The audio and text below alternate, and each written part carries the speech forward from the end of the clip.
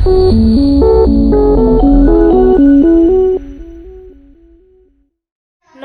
সুপ্রভাত বন্ধুরা। তোমরা সবাই কেমন আছো? আশা করি সবাই ভালো আছো। তো তোমাদের ভালোবাসায়, আমার গোপালের কৃপায় আমি অনেক অনেক ভালো আছি। তো নিয়ে চলে এসেছি একটা নতুন ভিডিও। আর এখন বাজে সকাল সকাল বলবো, অনেকটাই বেলা হয়েছে, 8:30 বাজে। চারিদিকে কুয়াশা ভর্তি। আর বড় মেয়ে স্কুল যাবে, ছোটো মেয়ে স্কুল যায়নি। ছোটো মেয়ের আজকে স্কুলে ফাংশান, মানে অ্যানুয়াল ফাংশান। তো সেখানে ওকে নিয়ে যেতে হবে। ও ডান্স করবে, পারে তো না সেরকম, যা হোক নাম দিয়েছে। তো ডান্স করবে, একটা গান করবে, মানে সবাই মিলে একটা গান করবে। আর প্রাইজ নেওয়ার ব্যাপার আছে, যেহেতু প্রত্যেক বছর ওদের যারা ফার্স্ট সেকেন্ড হয় তাদেরকে একটা প্রাইজের ব্যবস্থা করে, তো সেই প্রাইজ নেবে। ওই জন্য একটু তাড়াহুড়োর মধ্যে আছি। আর বড় মেয়ে যেহেতু স্কুল যাবে, ওই জন্য রান্না বসিয়ে দিয়েছি সকাল সকাল।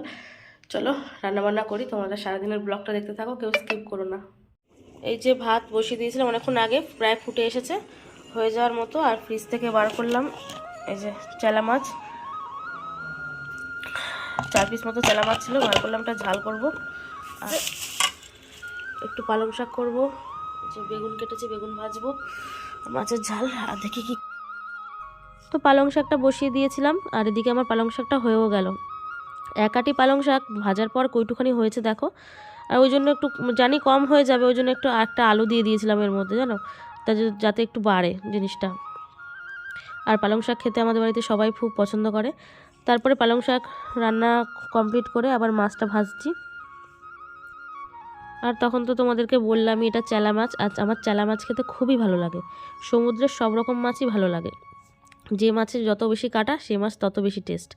ওই জন্যই। আর এই মাছে প্রচুর কাটা, প্রচুর। তো মাছের ঝালটা আমার রেডি হয়ে গেল।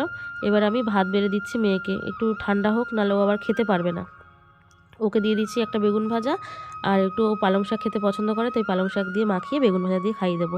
আর আমি ওকে বললাম আজকের দিনটা আমি খাইয়ে দিই তোকে, অন্যদিন তুই নিজের হাতে করে খাস। ও বললো ঠিক আছে মা, তুমি তাহলে খাইয়ে দাও। ওই জন্য খাইয়ে দিচ্ছি মেয়েকে। আর খাইয়ে দিলাম বলে একটু তাড়াতাড়িও হলো।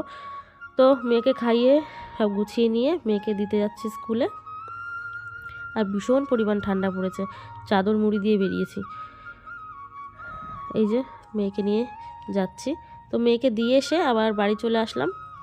এসে 2 কাপ কফি বানিয়ে নিয়েছি। এদিকে বাড়ি এসে দেখছি বড়মশাই ঘুম থেকে উঠে পড়েছে, তো ওর জন্য কফি বানিয়ে দিলাম একবারে। যাই হোক, দুজন মিলে খাবো। আর এখন আর তোমার সাথে বেশি কিছু শেয়ার করবো না, আবার একেবারে অনুষ্ঠানে গিয়ে দেখা হবে। এই যে অনুষ্ঠানে চলে এসেছি। আর আমাদের না অনেক লেট হয়ে গেছিলো। এই একটা বাচ্চা নাচ করছে, এসে দেখি।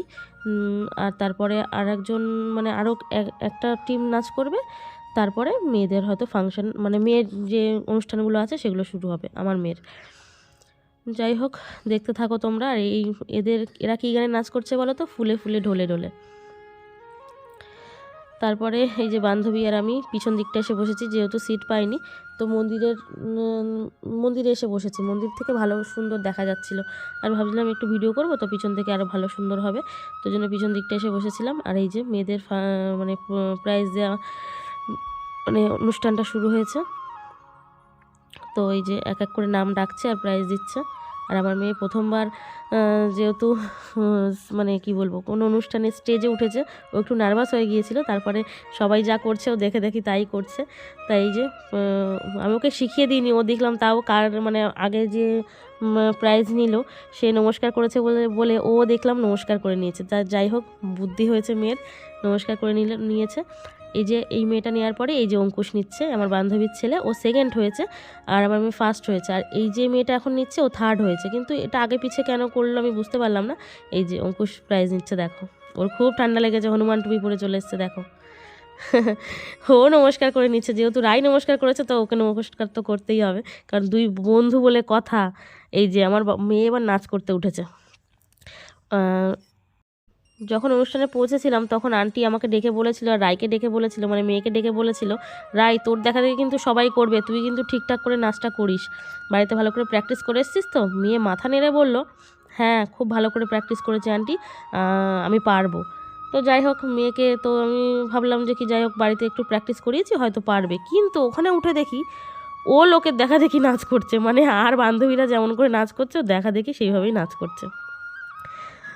দেখে এত হাসি পাচ্ছে, আর মাঝখানে তো সব ভুলেই যাচ্ছে, একবার এদিকে তাকায় একবার ওদিকে তাকায়, এইভাবে পুরোপুরি নাচটাও কমপ্লিট করলো।